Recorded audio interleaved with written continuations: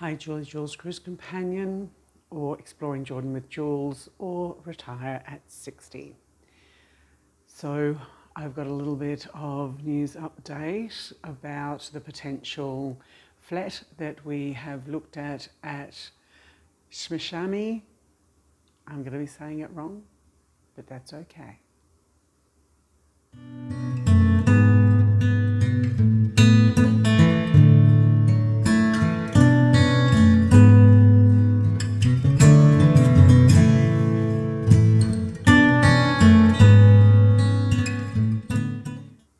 So we woke up yesterday feeling pretty excited about speaking to the owner of the Shmishani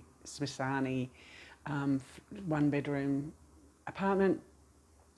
We went by the apartment just to get another feel for it before we called to organise the meeting, and we ran into Mohammed, the Egyptian caretaker, and he indicated that after we left the other day that somebody else came and looked at the flat and that they were going to put in an offer.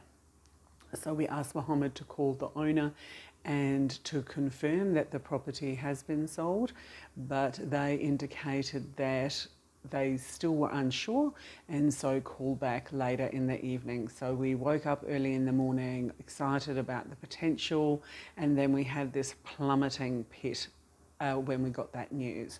So we went on and we had a look at another couple of apartments over at Al Rabia, and they of course turned out to be an absolute disaster. One of them was one that I had sent through quite a while ago, a bed set, which is basically a one bedroom.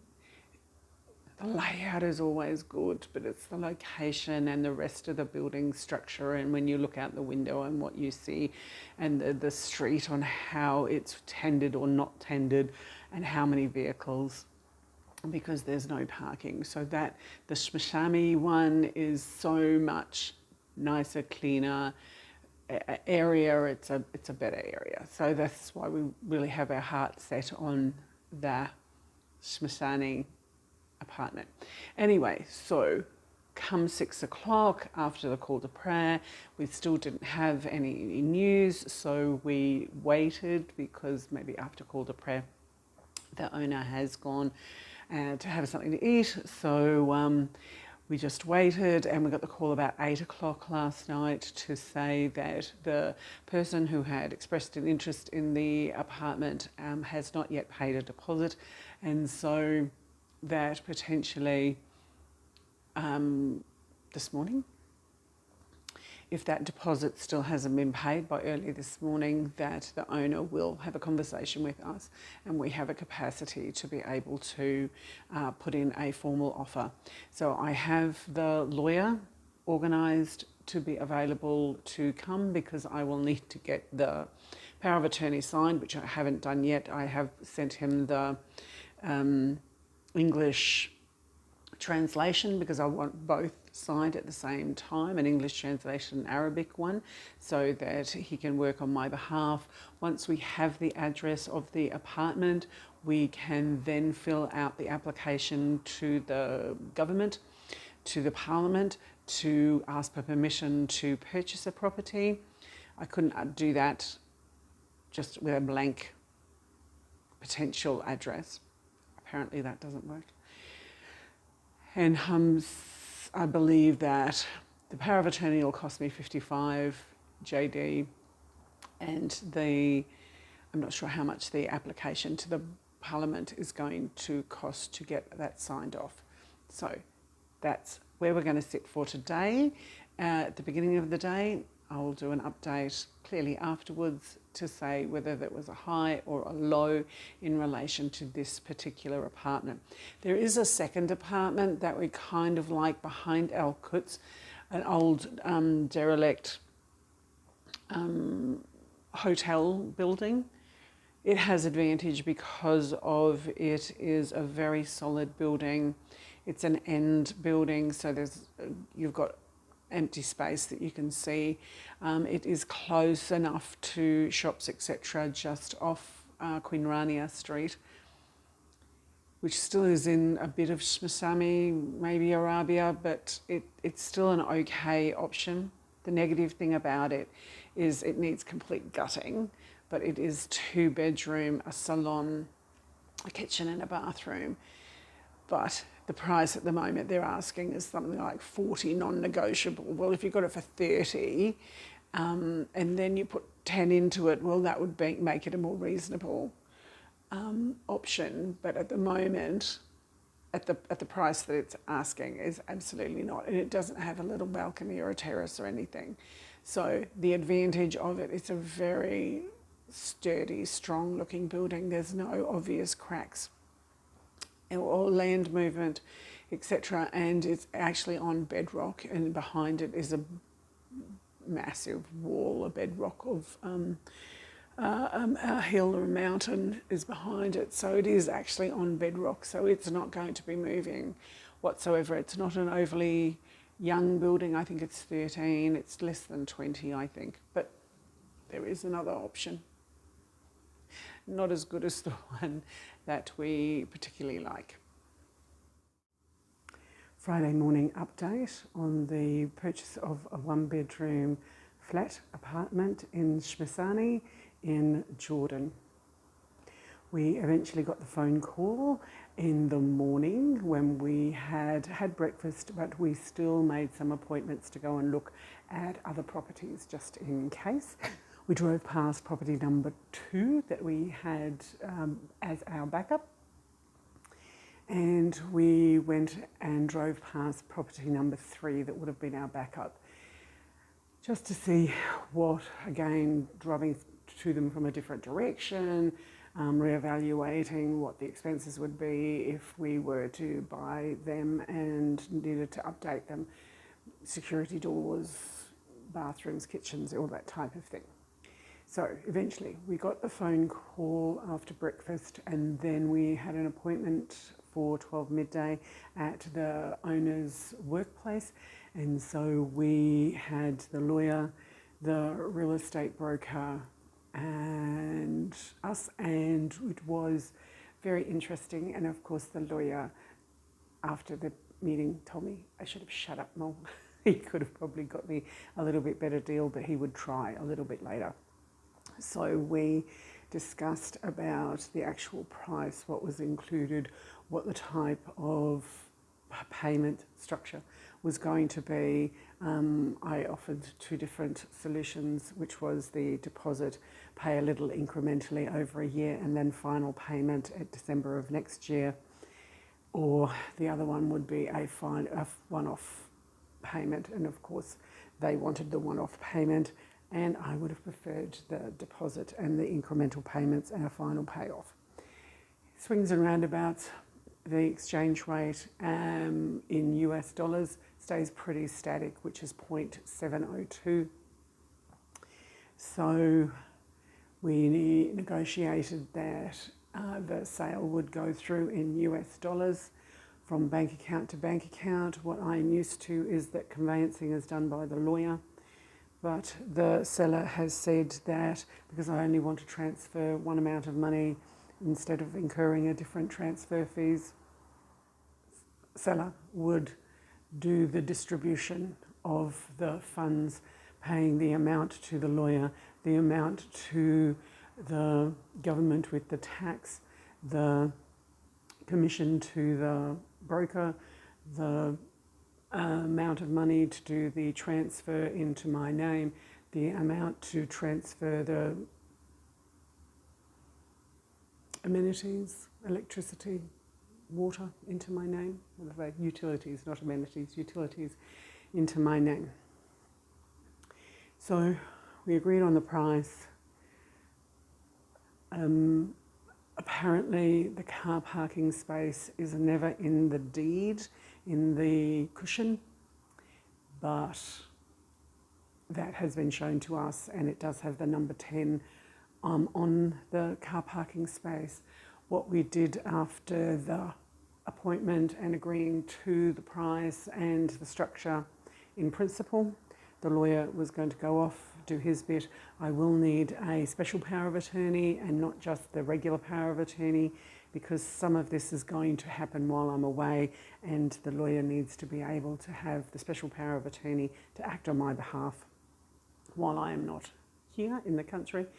So that's another thing that we have to do, and it's Friday. Nothing happens Friday or Saturday, so this will happen to be Sunday.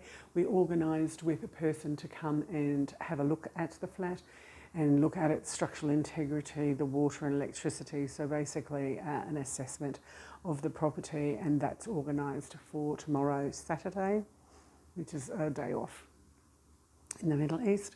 So that is going to be okay. So the highs and lows, the high of choosing it, the low of thinking that it is being offered to somebody else. And the other thing that kept coming up in the conversation, especially in relation with Al and with the lawyer, was that there would be a higher drive or motivation to have a foreigner in the building.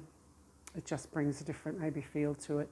We look after stuff a little differently, and we have a different frame of reference. So, and because the owner is in the building, he's on the top floor, and you know, it's his baby, the whole place is his baby.